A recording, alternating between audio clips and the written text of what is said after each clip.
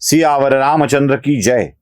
रावणाने पाठवलेल्या एक एक वीरांचा अख्ख्या युद्धभूमीवर नरसंहार चालू आहे. वानरसंहार चालू आहे. नरसंहार नाही, वानरसंहार चालू आहे. आणि या वानरसंहारात नरांतक आघाडीवर आहे.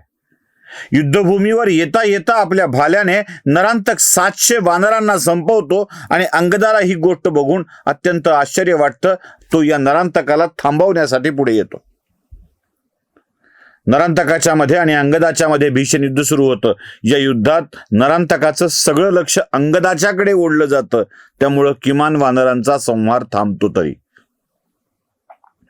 नरांतकाने भाल्याने मारावं, अंगदाने ते भाल्याचे वार चुकवावेत, त्याने वेगवेगळे अस्त्र फेकून मारावेत, हे सगळं चाललंय. आणि अंगद आता विचार करतोय की या नरांतकाला त्याच्या घोड्यावरून खाली उतरवणं आवश्यक आहे आणि मग मल्लयुद्धात त्याला पराभूत करता येईल. कारण तो घोड्यावर हातात शस्त्र एवढं सगळं घेऊन जमणार नाहीये. बरं, याचा घोडा इतका चपळ आहे की त्या घोड्याला थांबवणं आणि त्याच्यावर आघात करणंच अवघड आहे. अंगद यावर एक उत्तम उपाय योजतो आणि तो एक उंच उडी मारतो आणि आपल्या या हाताने घोड्याच्या मस्तकावर असा प्रहार करतो. अंगदाचा प्रहार म्हणजे छोटा नाही आहे. घोड्याच्या मस्तकाच्या ठिकऱ्या ठिकऱ्या उडतात आणि नरांतक धाड करून खाली पडतो. घोड्यावरून खाली पडलेला नरांतक पुन्हा घोड्यावर नाही बसत, तर तो आता अंगदाशी 2 हात करायला सज्ज होतो. अंगदाशी 2 हात करत असताना नरांतक आपल्या हातातल्या गदेने अंगदाच्या मस्तकावर प्रहार करतो आणि हा प्रहार अंगदाच्यासाठी भयंकर असतो. काही क्षण अंगदाला कळतही नाही की काय झालंय ते. डोक्यातून रक्ताच्या धारा येऊ लागलेल्या असतात आणि काही क्षणात अंगद सावरतो आणि या नरांतकाला आता धडा शिकवण्यासाठी अंगद पुन्हा एकदा आपल्या मुष्ठीचा प्रहार नरांतकाच्या छाताडावर करतो. हा नरांतकाच्या प्रहारापेक्षा सुद्धा खूप मोठा असतो. नरांतकाची छाती विदीर्ण होऊन जाते. अक्षरशः फाटलेल्या छातीतून रक्ताच्या चिळकांड्या उडू लागतात आणि फाटलेल्या हृदयाने नरांतक युद्धभूमीवर पडलेला असतो. रक्ताच्या धारा वाहत असतात. जवळपास युद्धभूमीवर मरून पडलेला नरांतक बघून बाकी सगळ्यांना प्रचंड संताप येतो. त्यातला देवांतक तर अधिक चिडतो आणि त्या चिडलेल्या देवांतकाने युद्धभूमीवर हल्लकल्लोळ माजवलेला असतो. त्रिशिरा, महापार्श्व, महोदर, नरदेवांतक हे सगळे एकदाच अंगदावर तुटून पडायचा प्रयत्न करतात. आपण आता याला पकडूया अंगदाला. त्याने आपल्या वीराला मारलेला आहे, त्याचा बदला घेतला पाहिजे, यासाठी सगळेच्या सगळे अंगदावर तुटून पडण्याचा प्रयत्न करतात. तिथेच असलेल्या हनुमानाच्या हे लक्षात येतं की अंगदाला एकट्याला गाठून हे सगळे वीर मारण्याची शक्यता आहे. तेव्हा हनुमान देवांतकाचा अंगदावरचा हल्ला रोखण्यासाठी पुढे सरकतो. कारण देवांतक प्रचंड शक्तीने अंगदावर हल्ला करायला चाललेला असतो. हनुमान देवांतकाच्या हल्ल्याला आपल्या अंगावर घेतो आणि देवांतकाशी काही क्षण युद्ध करून त्याच्या मस्तकावरच प्रहार करतो. या मस्तकावरच्या प्रहाराने चक्काचूर झालेलं देवांतक मस्तक घेऊन त्याच युद्धभूमीवर कोसळतो. दरम्यानच्या काळात या युद्धभूमीवर एकट्या अंगदाला सगळे घेरतायत हे बघून महावीर नील तिथे येतो आणि हा नील त्या महोदराच्या सोबत युद्ध करायला लागतो. कारण प्रत्येकाने एकेकाला बाजूला केलं पाहिजे ना. नील पर्वत शिखर फेकतोय, मारतोय, पण महोदर त्याला धुडकावून लावतोय. पण नील यावेळी प्रचंड मोठं पर्वत शिखर या महोदराच्या अंगावर टाकतो आणि याच पर्वत शिखराखाली दबून महोदराचा सुद्धा मृत्यू होतो.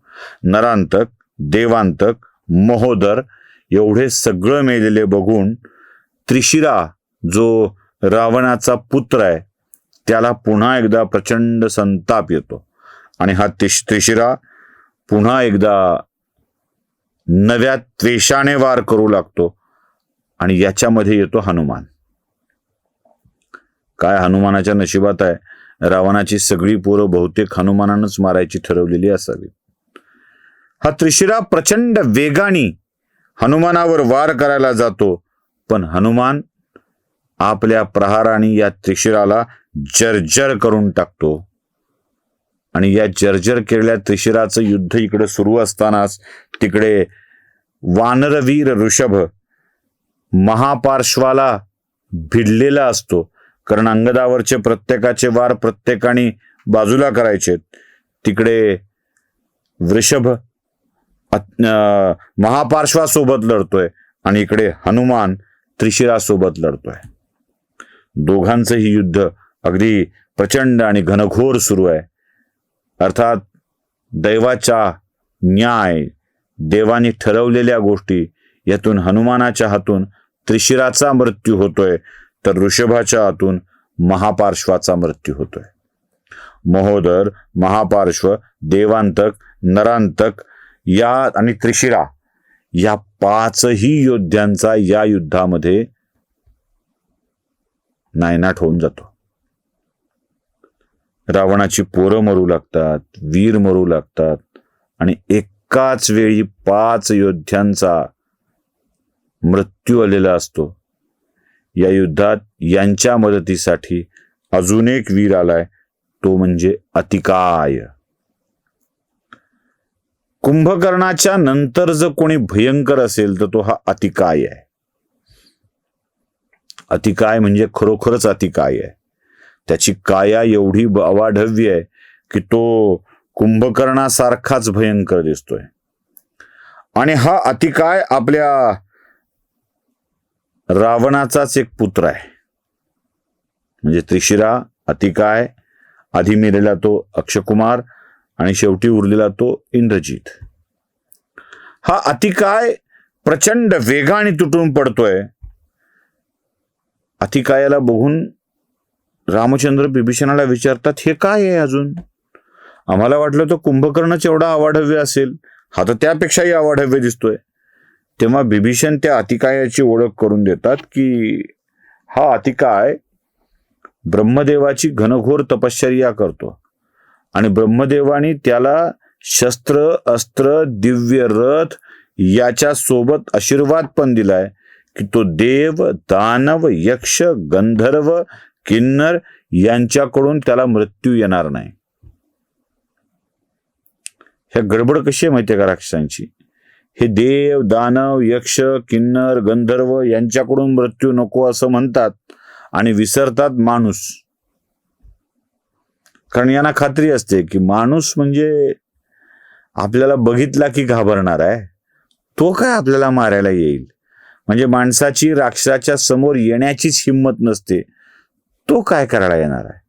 त्यामुळे हा काहीच करू शकणार नाही असं वाटतं आणि ते विसरतात माणूस. देव नेमका या विसरलेल्या गोष्टीचा फायदा घेतो आणि तो माणसाच्या रूपात येतो आणि मारत असतो. हा अतिकाय, रावणाचा पुत्र अतिकाय, प्रचंड आणि घनघोर युद्ध करत असताना रामचंद्र विचारतात, हा कोण आहे? बिभीषण सांगतोय तो कोण आहे, कसा आहे. आणि मग लक्ष्मणाला प्रचंड राग आलेला असतो तिथे उभ्या. तो म्हणतो, भैया मी जातो आणि या अतिकायाला संपवतो, या अतिकायाचा मीच समारोप करतो. रामचंद्र ही मोठ्या मनाने लक्ष्मणाला सांगतात की तू जा आणि याला संपवून ये. लक्ष्मण आणि अतिकाय यांच्यामध्ये घनघोर युद्ध होत आहे, घनघोर युद्ध. अतिकाय साधारण योद्धा नाही आहे, म्हणूनच लक्ष्मण तिथे आहे.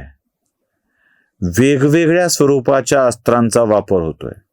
अग्निबाणाचा वापर होतोय, पर्जन्यास्त्राचा वापर होतोय, अगदी महादेवाने दिलेली, ब्रह्मदेवाने दिलेली वेगवेगळ्या अस्त्रांचा इथे वापर होतोय.